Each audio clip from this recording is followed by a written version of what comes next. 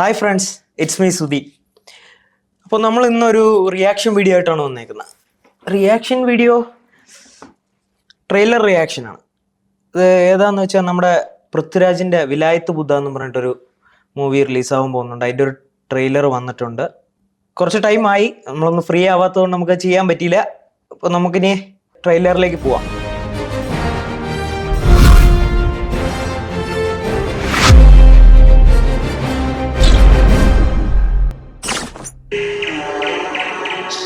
മേൽപ്പറഞ്ഞ അഡ്രസ്സിൽ കഴിഞ്ഞ 55 വർഷം ഉർവശി തിയേറ്റേഴ്സ്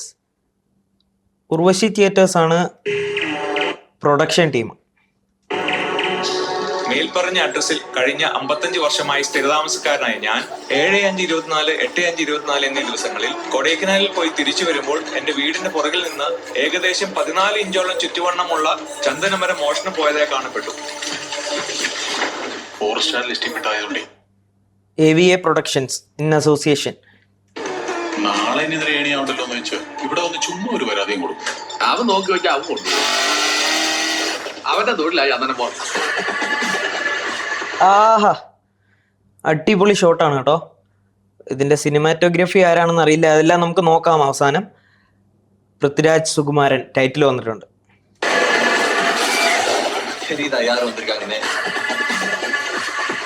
മാസ് എൻട്രിയിലെ നമ്മ ഹീറോ ഡബിൾ മോഹൻ കൊള്ളാലോ. നാട്ടുകാര് പല പേരും വിളിക്കും. ഡബിൾ മോഹനൻ, സാൻഡൽ മോഹനൻ, ചിന്ന വീരപ്പൻ. എനിക്ക് ഷമ്മി തിലകനുണ്ട്.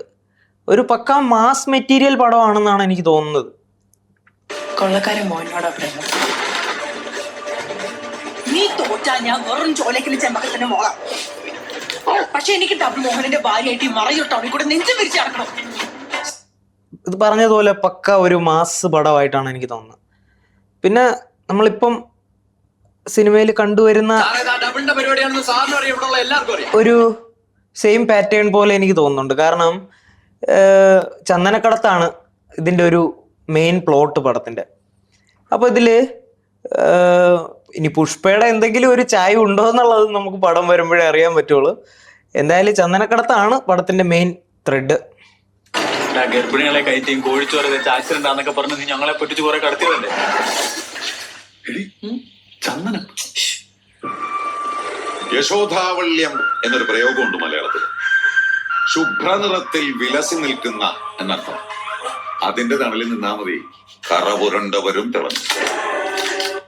പുള്ളിയൊക്കെ എന്തായാലും എന്ത് വെർസറ്റൈലല്ലേ നമ്മുടെ ഷമ്മി തിലകനൊക്കെ. പുള്ളിയുടെയൊക്കെ വോയിസ് മോഡുലേഷനും എല്ലാം ഗംഭീരമായിട്ടുണ്ട്.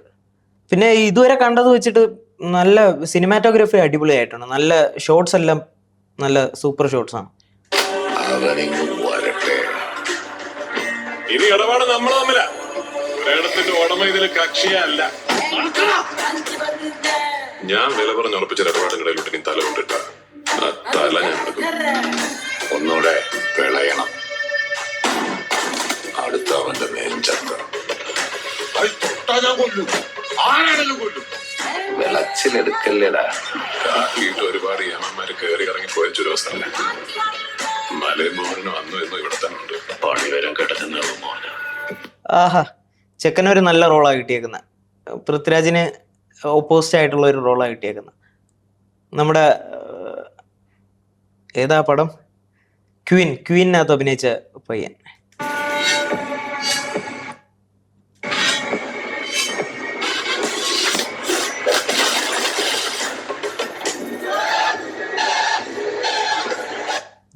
ജേക്സ് ബിജോയ് ആണ് മ്യൂസിക്.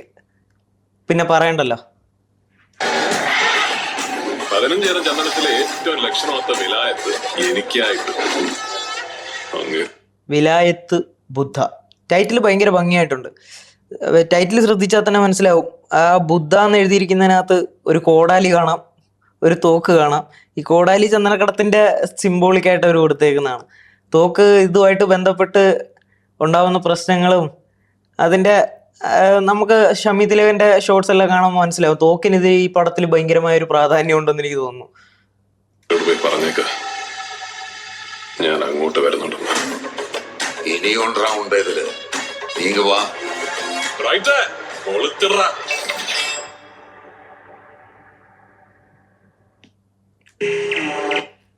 കുറേ നാളായി ഷമ്മി തിലകൻ്റെ ഒരു നല്ല പെർഫോമൻസ് കാണാൻ കഴിഞ്ഞിട്ട്. അപ്പോൾ ഈ പടത്തിൽ എനിക്ക് തോന്നുന്നു പക്ക പൃഥ്വിരാജിന് ഓപ്പോസിറ്റ് ആയിട്ടുള്ള ഒരു റോളാണ്. പുള്ളി അത് ഭയങ്കരമായിട്ട് ആസ്വദിച്ച് ചെയ്തിട്ടുണ്ടെന്ന് തോന്നുന്നു. പുള്ളിയുടെ വോയിസ് മോഡുലേഷനും എല്ലാം ഭയങ്കര ഭംഗിയായിട്ടുണ്ട്. ഇപ്പം നമുക്ക് പുള്ളിയുടെ ഒരു ശക്തമായ കഥാപാത്രം തന്നെ ചിലപ്പോൾ ഈ പടത്തിൽ കാണാൻ പറ്റും. നമുക്കിനി കാസ്റ്റിലോട്ട് പോവാം. പ്രൊഡക്ഷൻ ഉർവശി തിയേറ്റേഴ്സ് ആണ്, AVA പ്രൊഡക്ഷൻസ്. പിന്നെ ജയൻ നമ്പ്യാർ, ഡയറക്റ്റഡ് ബൈ ജയൻ നമ്പ്യാർ. ജയൻ നമ്പ്യാറുടെ ഇതിനു മുമ്പുള്ള പടങ്ങൾ നമ്മൾ നോക്കിക്കഴിഞ്ഞാൽ ബ്രോ ഡാഡി ഉണ്ട്, ബ്രോ ഡാഡി. പിന്നെ അയ്യപ്പനും കോശിയുടെ ചീഫ് അസോസിയേറ്റ് ഡയറക്ടർ ആയിരുന്നു പുള്ളി. പിന്നെ ലൂസിഫറുടെ ചീഫ് അസോസിയേറ്റ് ഡയറക്ടർ ആയിരുന്നു. അതേപോലെ തരംഗം, ടിയാൻ. പൃഥ്വിരാജിന്റെ ചങ്ങാതിയാണ് എന്ന് തോന്നുന്നു. കാരണം പൃഥ്വിരാജിന്റെ എല്ലാ പടത്തിലും പുള്ളി ചീഫ് അസോസിയേറ്റ് ഡയറക്ടറും അസോസിയേറ്റ് ഡയറക്ടറും ഒക്കെയാണ്. ഇപ്പൊ പൃഥ്വിരാജിനെ വെച്ചിട്ട് ഒരു പടം ഡയറക്റ്റും ചെയ്യുവാണ് ആദ്യമായിട്ട് പുള്ളി. അനാർക്കലി, നമുക്ക് പരിചിതമായിട്ടുള്ള ഹിറ്റ് കുറേ പടങ്ങൾ പുള്ളി എടുത്തിട്ടുണ്ട്. അനാർക്കലി, ലൂസിഫർ, ടിയാൻ, അയ്യപ്പനും കോശിയും, ബ്രോ ഡാഡി, ഇതിലെല്ലാം പുള്ളി അസോസിയേറ്റ് ചെയ്തിട്ടുണ്ട്. പിന്നെ അടുത്ത ആരാന്ന് നോക്കാം. Written by GR Indugopan and Rajesh Pinnadan. Rajesh Pinnadan പുള്ളിയുടെ ഇത് എനിക്ക് തോന്നുന്നു ആ തെക്കൻ തല്ല് കേസൊക്കെ പുള്ളിയാണ് റൈറ്റ് ചെയ്തേക്കുന്നത് കേട്ടോ.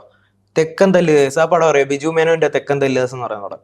അത് നല്ല അടിപൊളി ഒരു പടമാണ്. അപ്പോൾ അതിൻ്റെ റൈറ്ററാണ്. അപ്പോൾ കുറച്ച് റിയലിസ്റ്റിക് ആയിട്ടുള്ള സംഭവങ്ങളായിരിക്കും പടത്തിൽ കൂടുതലായിട്ടും വരാൻ ചാൻസ് ഉള്ളത്.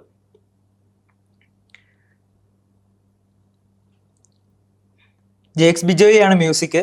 നമുക്കൊന്നും പറയാനില്ല. ഇപ്പം ജെയ്ക്സ് ബിജോയി തെലുങ്കിലും എല്ലാം പോയി തിളങ്ങിക്കൊണ്ടിരിക്കുകയാണ്. പുള്ളിയുടെ വർക്ക് എന്ന് പറഞ്ഞു കഴിഞ്ഞാൽ ഇപ്പം ഏറ്റവും കൂടുതൽ ആൾക്കാർ അഡ്മയർ ചെയ്യുന്ന വർക്കാണ്. ഭയങ്കര മ്യൂസിക്കിനെ ആ ഒരു തലത്തിലേക്ക്, മലയാള സിനിമയുടെ മ്യൂസിക്കിനെ ആ ഒരു തലത്തിലേക്ക് കൊണ്ടുപോകുന്ന ആളാണ്. പിന്നെ ആ director Jithu Sebastian, line producers, project designer Manu Alukkal. MR രാധാകൃഷ്ണനാണ് സൗണ്ട് മിക്സിങ് ചെയ്തേക്കുന്നത്. MR രാധാകൃഷ്ണൻ ഭയങ്കര ഫേമസ് ആയിട്ടുള്ളൊരു സൗണ്ട് ഡിസൈനറാണ്. അപ്പോൾ പുള്ളിയാണ് ഈ ലേറ്റസ്റ്റ് ആയിട്ട് നമ്മൾ ഡയസിറ എല്ലാം സൗണ്ട് ഡിസൈനിങ് ചെയ്തേക്കുന്നത്. അപ്പോൾ ഇത്രയും പേരാണ് നമുക്ക് ഇതിനകത്ത് മെയിനായിട്ട് പറയാനുള്ളത്. പിന്നെ ഇതിൻ്റെ DOP ആരെന്നാണ് ഞാൻ നോക്കുന്നത്. DOP അരവിന്ദ് S കശ്യപ് എന്ന് പറഞ്ഞിട്ടുള്ള പുള്ളിയാണ്. എന്തായാലും വിഷ്വൽസ് എല്ലാം ഭയങ്കര ഭംഗിയായിട്ടുണ്ട് കാണാൻ. ഭയങ്കര പ്ലസൻ്റ് ആയിട്ടുള്ള വിഷ്വൽസ് ആണ്. ഒരു മാസ് അപ്പീൽ ആ ഒരു വിഷ്വൽസിലെല്ലാം നമുക്ക് കാണാൻ പറ്റും. പിന്നെ 21 നവംബർ 21 പടം റിലീസ്. അപ്പം ഇനി അധികം ദിവസമില്ല. അപ്പം എല്ലാവർക്കും തിയേറ്ററിൽ പോയി തന്നെ പടം കാണാം. എല്ലാവരും തിയേറ്ററിൽ തന്നെ പോയി പടം കാണണം. ഞാൻ കഴിഞ്ഞ വീഡിയോയിലും പറഞ്ഞതുപോലെ റിവ്യൂസ് കണ്ടിട്ട് മാക്സിമം റിവ്യൂസ് കണ്ടിട്ട് പോവാന്ന് വിചാരിക്കരുത്. നിങ്ങൾ പടം പോയി കാണുക. പടം പോയി കണ്ടതിന് ശേഷം നിങ്ങൾക്ക് നിങ്ങളുടേതായ അഭിപ്രായമുണ്ട്. അപ്പോൾ ആ അഭിപ്രായത്തിൽ നിൽക്കുക. ആരുടെയും ഓരോരുത്തർക്കും ഓരോ ഒപ്പീനിയൻ ആയിരിക്കും. അപ്പം നിങ്ങളെ ഒപ്പീനിയൻ മാത്രം എടുക്കുക. അപ്പോൾ സിനിമ പോയി കണ്ടിട്ട് വിലയിരുത്തുക. ഓക്കെ, അപ്പോൾ ഒരു അടുത്ത റിയാക്ഷൻ വീഡിയോ ആയിട്ട് വീണ്ടും കാണാം. ബൈ.